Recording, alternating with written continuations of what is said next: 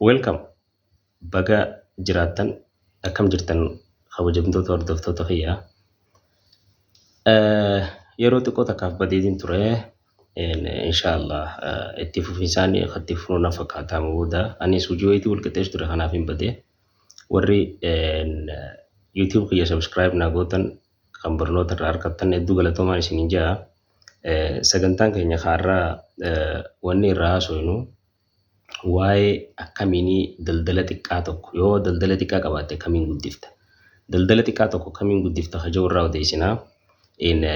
Wantoota fakkeenyaa fi daldala xiqqaa qabnu tokko guddisuuf nu gargaaran isii saniin hanga takka adda babaasee isinii himaa. Isinis akkuma bartan subscribe fi like godhuun dagatinaadha. Biizinasii xiqqaa tokko yoo qabaanne bifa kamiin guddisuu dandeenya haja'u tokkoffaa mul'ata kee ifa godhi jedha.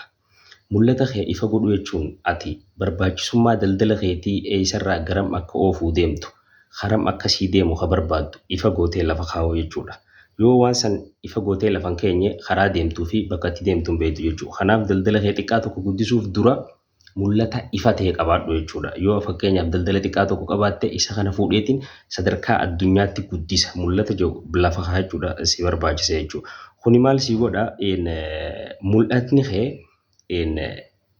galma adda ta'e galma specific ta'e akka kaayyattuu fi galma kaayyatte san ammoo hundasaa jechuun garee keetiif dabarsuun wal simsiistee kaka'umsaa fi mirkaneessa cimaa ibsuu qabaa jechuun mul'inni kee. Mul'inni kee suni garee teetes wajji hojjetu wajji kan wal simu kaka'umsaa fi deebi'ee mirkaneessa cimaa kan qabaatu ta'uu qabaa jechuudha. Lammaffaan maqaa fi asxaa cimaa ta'e ijaarrachuu. Maqaa fi asxaa cimaa ta'e. Fakkeenyaaf daldala kee tokko gizee akkana banan asxaan wayii takka gizee agartan daldalli sun kadaraaraati. Wanni waan keetitu sammuu keessa dhufa jechuudha. Akkasuma maqaa gabaabaa ifa ta'e kan namaa galu kan ergaa bareedaa qabu kan seeneessuudhaaf yookaan irraa dubbachuudhaaf mijaa'u tolfachuu qabda jechuudha. Asxaa fi maqaan waan murteessaadha. Maqaan daangaa si ijaara yookaan daangaa sirraa cabsa daldalli kee sadarkaa addunyaatti akka guddatuuf maqaan daldala keetiitii fi asxaan kee murteessaadha jechuudha. Asxaan kun maal si agarsiisa? Maamilootaa wajjin miiraan wal qunnamuuf tooftaalee seeneessuuf fayyadamuun maqaa kee gabaa keessatti yaadatamaa fi adda isa taasisa jechuudha. Mallattoon teetii fi maqaan kee murteessaadha jechuudha asirratti. Sadaffaan karoora gabaa guddachuu gabaan kee ittiin guddachuu danda'u haayyechuu jechuudha. Uumuu karoora daldalli kee gabaan daldala keetii ittiin si guddatu ijaaruu yookaan uumuu jechuudha. Kuni tarsiimoo gabaabaa kan daldala kee waliin guddachuu danda'u qopheessuu jechuudha. Tooftaalee daldalaa gaggabaabaa ta'e kan daldala keetii wajjin fuula dura tarkaanfachuu danda'u qopheeffachuudha. Tarsiimoon yookaan karoorri gabaa ati qopheeffachuu qabdu gabaabaa kan ta'e jechuudha. Karoora gabaa wajjin guddachuu danda'u haala gabayaatii wajjin karoora deemuu danda'u yookaan sagantaa haala gabayaatii wajjin deemuu danda'u kan gabayaa jala deemuu danda'u qopheeffachuu jechuudha. Kanuma bakka takka taa'u osoo hin ta'in kuni wanni inni si gargaaruu fi akkuma isin jedhe karaalee ijoo karaalee gabayaa ijoo bu'aan investimentii hundarra gaarii ta'e itti argamu irratti xiyyeeffachuudha si barbaachisa.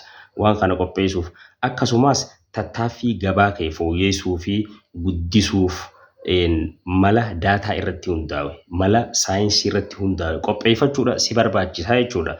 Afraffaan adeemsa gurgurtaa keessan fooyyessuu. Adeemsa gurgurtaa keetii fooyyessuu yoo duraan lafumarra waa gurguruu haa turtu ta'e waan kana akkamittiin online irrattis kastamara fida. Akkamittiin fakkeenyaaf wanni kee yoo mana namaa geessan taate dorgomaa keetirraa waan addaa godha jechuudha. Fakkeenyaaf mana namaa geessu jira wantoota adda addaa jechuudha. Kanaafuu akkaataa maaliigaa gurgurtaa keenyaa fooyyessuu jechuudha. Siistama gurgurtaa keenyaa yookaan mala gurgurtaa fooyyessuu inni jiru inni afuraffaa. Kuni maal si agarsiisa? Jijjiirraa fi galii guddisuuf adeemsa gurgurtaa keessan sirreessuun dirqama.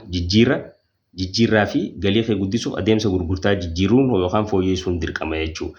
Akka fakkeenyaaf hayyuun waan kanaa tokko namni Miller jedhamu lafa kaa'utti maamila kee kaartaan kaa'uu adda babaaftee iddoo jechuu fakkeenyaaf maali customer segment waan jedhamu san bifa saniin kaa'uun si barbaachisaa jira inni asirratti si galtee kaartaan kaa'uu fi qabxiilee dhukkubbii adda baasu rakkoo yookaan wanni adda baasuu fi tooftaalee muuxannoo gurgurtaa ittiin guddisuuf qabdu hojiirra oolchuudha jechuudha. Fakkeenyaaf kastamarri kiyya yookaan maamilli kiyya warra galiin jiddu galaati moo warra galii olaanaa qabu moo warra galii gadaanaa qabu isaan kan ammoo bifa kamiin hin qabu hojaa jechuudha. Kastamara kana akkasitti adda qooddeeti kaartaadhaan kaa'uu jechuun kana jechuudha jechuudha.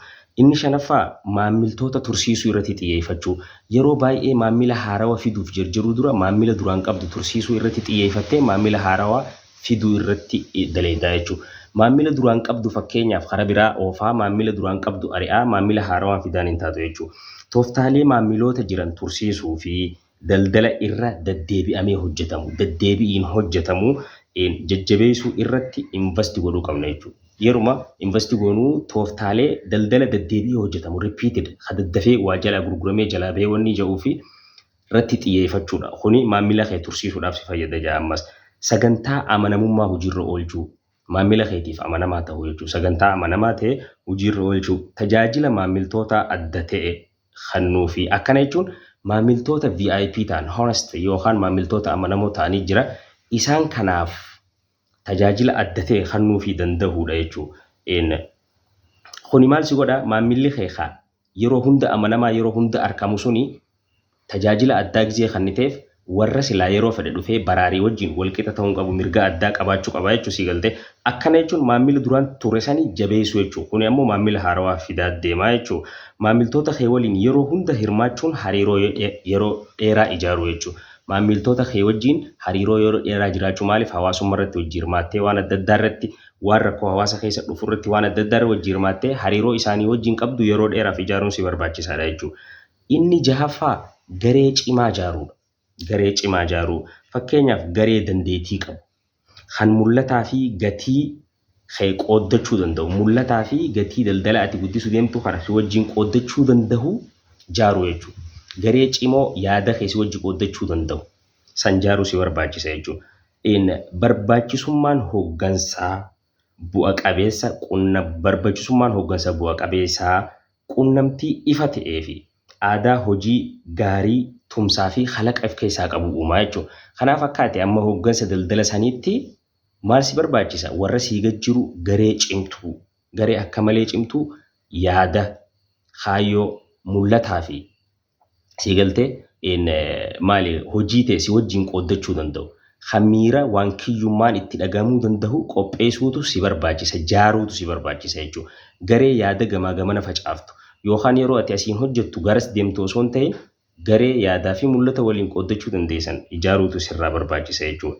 Inni torbaffaatii fi arraaf hadhumaa safaruu fi sirreessuu madaaluu fi sirreessuu waan hojjettee waan amma dura dabarte madaaluu jechuudha. Gama beekana fakkaate raawwii tooftaalee daldala keetii itti fufiinsaan madaaluu wantoota ji'ootaaf yookaan waggootaaf amma dura raawwattee itti fufiinsaan madaaluu maaliin fooyyeessee maaliin dadhabina fidee kaja'u madaaluu. Inni suni dirqama jechuudha. Barbaachisummaa isaa wanni si barbaachisuuf gaafa madaaltee sirreeffama fidde jechuudha. Kuni maal si godha sirreessuuf fedhii akka qabaattu si godha jechuudha. Agarsiistuun hojii raawwii keetii fayyadamuun adeemsa hordofuu bakkeewwan fooyya'insa qaban adda baasuu murtoo kennuu jechuudha.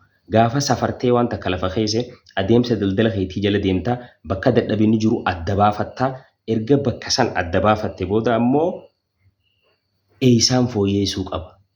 Eessaatu fooyya'aadha eessaan gajjabeessuu qaba kan jedhu adda baafatteetiti tarkaanfii fudhatte jechuudha. Arraaf asirratti nuuf ga'a. Qophii wal fakkaatu hanga walitti deebinu akkuma waliin barree peace.